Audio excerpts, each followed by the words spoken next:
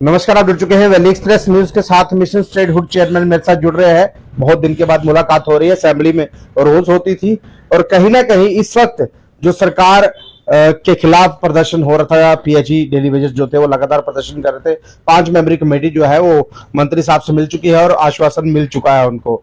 Nibble साहब से पूछेंगे। निब्बल साहब, देखिए, बीजेपी ने वहां पर वॉकआउट किया डेली वेजर को लेकर, लेकिन वहां पर सभी मुद्दे जो थे वो दबाते हुए नजर आए। ना दरबार मुंह की बात की, ना स्टेटहुड की बात की, और जम्मू कश्मीर के जो मुद्दे और मसाइल थे, बिजली, पानी, बहुत सी चीजें थी जिस पर भारतीय जनता पार्टी बात कर सकती थी, लेकिन बात की नहीं। डेली वेजर के मुद्दे पर वॉकआउट किया और उसी दिन कहीं ना कहीं सदन जो था वो जल्दी खत्म हो गया। सब अपने अपनी ओर चले गए। क्या लग रहा है, जम्मू कश्मीर के लिए कुछ हो पाएगा? दरबार मुंह हो पाएगा? जी बिल्कुल, हम बहुत कुछ करना चाहते हैं गुलशन। और सबसे बड़ी बात तो यह है, सबसे पहले तो मैं मुबारक दूंगा डेली वेजर्स के जो 5 मेंबर की कमेटी है, उसमें मेरे मित्र रवि हंस और राजेंद्र सिंह ताज जी हैं, होशियार सिंह जी हैं, नवदीप जी हैं, और जो 5 मेंबर की कमेटी पे मुबारक दूंगा कि आपने बहुत सही किया और जो अपनी एजिटेशन को कॉल ऑफ कर लिया। और ये बड़ी समझदारी का काम है। और मेरी ये सरकार से ये गुजारिश रहेगी, तो एक तो जो कैबिनेट मीटिंग हो रही है उसमें जो पेंडिंग वेजेस हैं इनके, वो ईद आ रही है, नवरात्रे आ रहे हैं, वो रिलीज होने चाहिए, नंबर 1। नंबर 2, सबसे अहम मांग ये है कि जब तक मेरे डेली वेजर्स तमाम विभागों के भाई पके नहीं होते हैं, उनकी तनख्वाह जिस तरीके से लद्दाख में 25,000 से लेकर के 45,000 तक कर दी गई है, इन डेली वेजर्स को भी मैं गुजारिश करूंगा चीफ मिनिस्टर से और पीएचई मिनिस्टर से, अपने मित्र हैं जावेद राणा साहब भी, उमर अब्दुल्ला साहब भी, कि आप इनकी तनख्वाह जो है कम से कम 25,000 तक कर दीजिए जब तक ये पक्के नहीं किए जाते हैं। और हां, आपने जिस तरीके से ये कहा, मैं तो ये कहूंगा कि असेंबली का सेशन, आपने बिल्कुल सही कहा गुलशन, कि सारे का सारा बेकार चला गया। बड़े अहम मुद्दों के ऊपर बातचीत हो ही नहीं सकी इस असेंबली के सेशन में। या यूं कहिए, मैं फिर से डेली वेजर्स को कहूंगा कि इनको पक्का करने के लिए जो 5 मेंबर की कमेटी है, भारतीय जनता पार्टी वालों ने पिछले 11 सालों में और 5 अगस्त 2019 के बाद एक भी डेली वेजर्स को पक्का नहीं किया, ना उनकी तनख्वाहें बढ़ाई, जम करके सियासत की, और आज भी सियासत ही कर रहे थे देखने में देखा जाए तो। मैं ये कहूंगा, मेरे मित्र है, ये जो पीएचई की कमेटी है, 5 मेंबर की जो कमेटी है, रवि हंस, राजेंद्र सिंह, नवदीप जी और होशियार सिंह जी और जितने भी हैं, आप ये काम कीजिए। आप भारतीय जनता पार्टी को कह रहे, आप कहिए कि आप बड़ी हमदर्दी हमारे साथ बता रहे थे। पीएचई मिनिस्टर श्यामलाल रहे हैं, उन्होंने कितने पक्के किए थे, गुलाटी मार करके कांग्रेस से बीजेपी में चले गए, तो आपने कितनी कोशिश की। अभी भी अपनी इमेज को डैमेज कंट्रोल करना चाहती है भारतीय जनता पार्टी, तो एक सुनील डिंपल मुफ्त में मशवरा आपको दे रहा है। और मैं रवि हंस को भी और ताज को भी कहूंगा कि आप इनसे कहिए कि इनको जल्द से जल्द फाइनेंस मिनिस्टर के साथ, सीतारमण के साथ मिलाया जाए, और जल्द से जल्द अमित शाह जी से मिलाया जाए, प्राइम मिनिस्टर साहब से मिलाया जाए, और उनको कहा जाए कि इनके लिए सारे का सारा वन टाइम पैकेज दे दीजिए, ताकि जितने भी 60-70 हजार डेली वेजर है वो पक्के हो जाए। और गुलशन, ये 60-70 हजार डेली वेजर ही नहीं है, ये 60-70 हजार परिवार हैं जिनके ऊपर एक एक परिवार में 5-5, 10-10 लोगों का निर्भर है। ये उन सभी को, हजारों नहीं लाखों लोगों के घरों में चूल्हा और 2 वक्त का खाना मिलेगा। तो मैं भारतीय जनता पार्टी से कहूंगा, आप ले जाइए ना इनको। श्यामलाल शर्मा जी, आप बड़ी बड़ी बातें कर रहे थे, भारतीय जनता वॉकआउट किया आपने, क्या निकला? आखिर आ जाकर के इन्होंने समझदारी का काम किया है। मैं मुबारक देता हूं, इनका वेलकम करता हूं कि इन्होंने बड़ा अक्लमंदी का काम किया कि कल आप थोड़ा समय दे दिया, जो हम कह रहे थे पहले से ही। अब कमेटी से बात, हाँ, अब कमेटी से बात होगी बात। हाई लेवल की कमेटी है, इनकी तरह कमेटी का खेल नहीं खेलते रहे। इनके समय में तो लेफ्टिनेंट गवर्नर मनोज सिन्हा खुद जानते थे। होम मिनिस्टर ने और प्राइम मिनिस्टर ने असेंबली और पार्लियामेंट के चुनावों में इनके साथ कितनी बार वादे किए कि मिनिमम वेजेस एक्ट लागू करेंगे, दिया, इनको पक्का करेंगे, करवाया? किसी ने कोई काम। यहां तक कि पीएमओ मंत्री जितेंद्र सिंह और जुगल किशोर ने भी इनको वही किया। अब आते हैं आपके दूसरे सवाल की तरफ। ये जो असेंबली का सेशन था ये बेकार हो गया और इनके सियासत की भेंट चढ़ गया भारतीय जनता पार्टी की, क्योंकि इसमें बहुत से ऐसे मुद्दे थे जिनका अहम फैसला लेना बेहद जरूरी था। अभी भी मैं ये कहूंगा अपनी अलायंस की सरकार को कि मिशन स्टेटहुड की ये मांग है कि अभी 3 दिन बचे हुए हैं और बिल ला करके वो बिल पास करें। नंबर 1, पहले तो जम्मू कश्मीर में मंदिरों के शहर में शराब के ऊपर पाबंदी लगाने के लिए बिल पास करें, ना जम्मू कश्मीर के लोगों में शराब जम्मू कश्मीर में बैन करें। नंबर 2, दरबार मूव इसी अप्रैल से पूरे का पूरा शुरू करें। नंबर 3, जम्मू कश्मीर रियासत का दर्जा क्यों भारतीय जनता पार्टी नहीं दे रही? आर्टिकल 370 के ऊपर जिस तरीके से अनकॉन्स्टिट्यूशनली हटाया गया है उसके ऊपर डिबेट असेंबली में की जाए। जो लीकर माफिया, माइनिंग माफिया जो हमारे जम्मू कश्मीर में इन्होंने घुसा दिया है, और इसके साथ साथ यह भी बिल लाए कि 200 यूनिट बिजली फ्री सभी को, और सभी को 12 गैस के सिलेंडर, डबल राशन, और सभी बच्चों के लिए जितने भी रह गए हैं।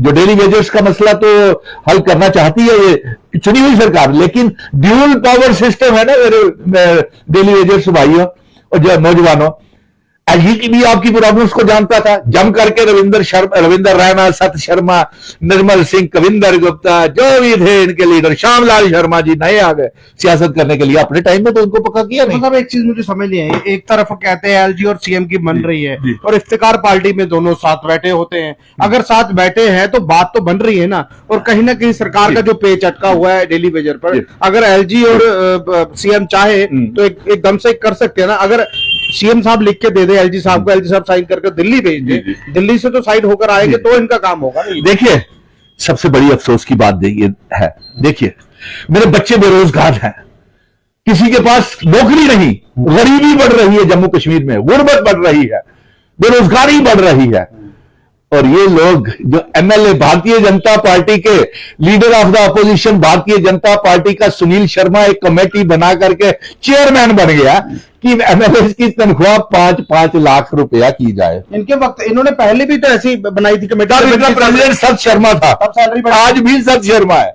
पहले 1 लाख होती थी एमएलए की तनख्वाह, इन्होंने 2 लाख करवा दी, अब 2 से 5 मांगते हैं। अरे भाई, मैं लेफ्टिनेंट गवर्नर से भी कहूंगा और तमाम 90 के 90 एमएलए को कहूंगा, ताकत आपके पास है नहीं, 2 पैसे का आपने फैसला कर नहीं सकते। चीफ मिनिस्टर खुद बोलता है कि ना मैं क्लास 4 का बंदा लगा सकता हूं, ना मैं किसी कांस्टेबल को ट्रांसफर कर सकता। फिर ये हर चमचमाती गाड़ियां सभी एमएलए के पास है, मुफ्त टेलीफोन के खर्चे, सीडीएफ आपको मिल रहे हैं। आप कौन सा ऐसा बॉर्डर के ऊपर जंग लड़के आए हैं कि आपको 5 लाख रुपए तनख्वाह की जाए? आप कौन सा ऐसा तीर मार के आए हैं जम्मू कश्मीर के अवाम के लिए, जो या आप रियासत के दर्जे की आपने मांग की नहीं, दरबार मूव शुरू करने की मांग की नहीं, शराब की दुकानें बंद कराने की मांग आपने की नहीं। मैं ये भी कहूंगा कि शराब को बैन करने से पहले इसी महीने टेंडरिंग बिडिंग हो रही है, बुलाए जा रहे हैं इस साल के 25-26 के सबसे पहले टेंडर और बिड्स जो है वो बंद की जाए। जम्मू कश्मीर की जनता की आवाम की आवाज तो ये है, 30 तारीख से नवरात्रे शुरू हो रहे हैं, नवरात्रों में मांस की दुकानें और शराब की दुकानें बंद होनी चाहिए, क्योंकि म्युनिसिपल कॉर्पोरेशन मेयर साहब ने एक ऑर्डिनेंस पास किया था जब गुप्ता साहब मेयर थे। जी, आपने बिल्कुल सही कहा। और मैं आपसे ये बता दूं कि गुलशन भाई, इन्होंने सारे का सारा वो असेंबली का सेशन जो है बेकार कर दिया। आप बताइए, मेरे गरीब लोगों को 200 यूनिट बिजली फ्री देने के लिए आपने वॉकआउट नहीं किया, 12 गैस के सिलेंडर देने के लिए वॉकआउट नहीं किया, शराब की दुकानें बंद करने के लिए वॉकआउट नहीं किया, डबल राशन देने के लिए वॉकआउट नहीं किया, स्मार्ट मीटर साथ होकर लगवाई, शराब की दुकानें साथ होकर खुलवाई। सीएम साहब बोल रहे हैं कि आप स्मार्ट मीटर लगवाएंगे, फिर आप उसके ऊपर सोलर लगवाएंगे, फिर आपको बिजली जो है मुफ्त।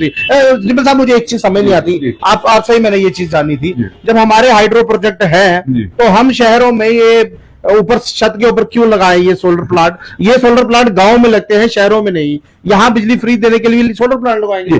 देखिए, एलजी साहब, प्राइम मिनिस्टर साहब, चीफ मिनिस्टर साहब, मैं सभी को मना लूंगा सोलर लाइट्स लगाने के लिए। आप फ्री में लगाए ना, बिल्कुल। आप फ्री लगाए लोगों पे, हम कभी इनकार नहीं करेंगे। मैं पूरे 1,30,00,000 अवाम को कह दूंगा, मना लूंगा उनको कि वो अपने अपने छतों के ऊपर सोलर लाइट्स लगवा लें। चीफ मिनिस्टर उमर अब्दुल्ला साहब, लेफ्टिनेंट गवर्नर मनोज सिन्हा साहब और प्राइम मिनिस्टर अमित शाह जी, आप अडानी की मदद करने के लिए सोलर लाइट आप बेचना सरकार ने शुरू कर दिए। हम फ्री बिजली और पानी की मांग कर रहे हैं, आप पानी भी बेचना शुरू कर दिया। आप दे क्या रहे हैं हमें? अपने स्कूलों की हालत और आपने उसकी हालत देखी।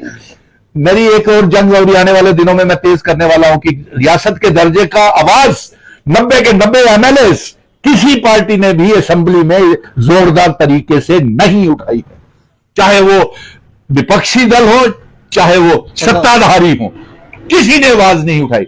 और मिशन स्टेटहुड 370 की जंग लड़ेगा, इंस्ट्रूमेंट ऑफ असेशन डोगरा रियासत की वापसी की जंग लड़ेगा, ये मेरा वादा है। और इसके साथ साथ यही नहीं, जितने भी मेरे vocational trainer, cluster resources coordinator, SPOs, national youth corps, रहबरे खेल, जंगलात, सेहत, फायर एंड इमरजेंसीज के बच्चे, contractual lecturer, home guards, government medical colleges के paramedical staff, land owner, contingent paid worker और जितने भी मेरे बच्चे वो जो कुक्स हैं या बेरोजगार हैं, जो बड़े बड़े घोटाले हुए हैं, आराम से मैं ना तो विपक्ष को बैठने दूंगा, ना सत्ताधारी पार्टी को बैठने दूंगा और मैं खुद बैठूंगा। क्योंकि मैंने जो मेहनत की है रियासत के दर्जे की वापसी के लेकर के, चुनाव करवाने को लेकर के, जिस बलबले के साथ, जोश के साथ हमने चुनाव करवाए हैं, उस जोश और बलबले के साथ जमीनी स्तर के ऊपर कुछ हासिल नहीं हो रहा। ड्यूल पावर सिस्टम है ना। निर्मल साहब देखिए, चलते चलते वही बात पर दोबारा मैं आ रहा हूं, क्या डेली वेजेस के लिए जो कमेटी बनाई गई है, क्या वो कमेटी डेली वेजेस को अपने कॉन्फिडेंस पे ले पाएगी? क्योंकि पहले भी बहुत सी कमेटी बनी है और उन कमेटी जब कमेटी बनती है फिर बाढ़ आ जाती है, फिर बह जाता है। बहुत देखिए परेशान है, बहुत बोलते हैं ना, दूध का जला जहाज भी फूक फूक कर पीता है, इसलिए वो परेशान है। क्या इस बार कमेटी इनका काम कर पाएगी? मैं फिर से अपने मेरे मित्र जो रवि हंस हैं, राजेंद्र सिंह ताज हैं, नवदीप हैं, होशियार सिंह जी है, आप सिर्फ जम्मू कश्मीर की सरकार के रिसोर्सेज बहुत कम है। मैं आपको यह भी सुझाव दे रहा हूं कि जम्मू कश्मीर सरकार के पास सोर्सेज बहुत कम है। ड्यूल पावर सिस्टम है, कॉरिडोर है, एक राजभवन से सरकार चल रही है, एक सेक्रेटरीट से सरकार। आपको दोनों के ऊपर भरोसा के ऊपर करना भी चाहिए और नहीं भी करना चाहिए। आपसे 400 करोड़ पेंडिंग है ना?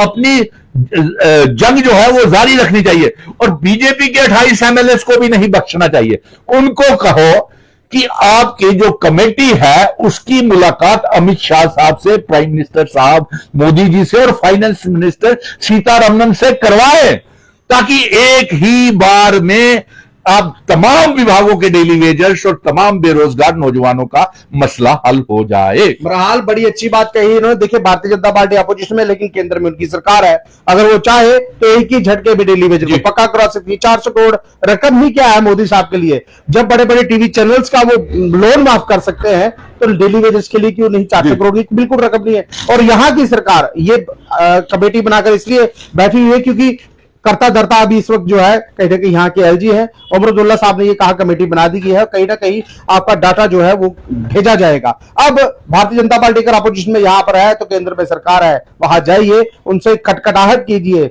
मोदी साहब से मिलिए, होम मिनिस्टर से मिलिए और ये कहिए अस्थायी कर्मचारी जो है और बहुत परेशान है, क्या ये जाएंगे या नहीं, या यहाँ पर ही सिर्फ पॉलिटिक्स कर हल्ला कर घर निकल जाएंगे? क्योंकि पॉलिटिक्स शुरू से हो रही है, सियासत जो है वो कहीं ना कहीं डेली वेजर पर शुरू हो चुकी है। इस सियासत को यही खत्म कर दीजिए क्योंकि ये एक इंसानी मुद्दा है और इंसानी मुद्दे को सुलझाइए। जी देखिए, डेली वेजेस की मांग बिल्कुल जायज है जी।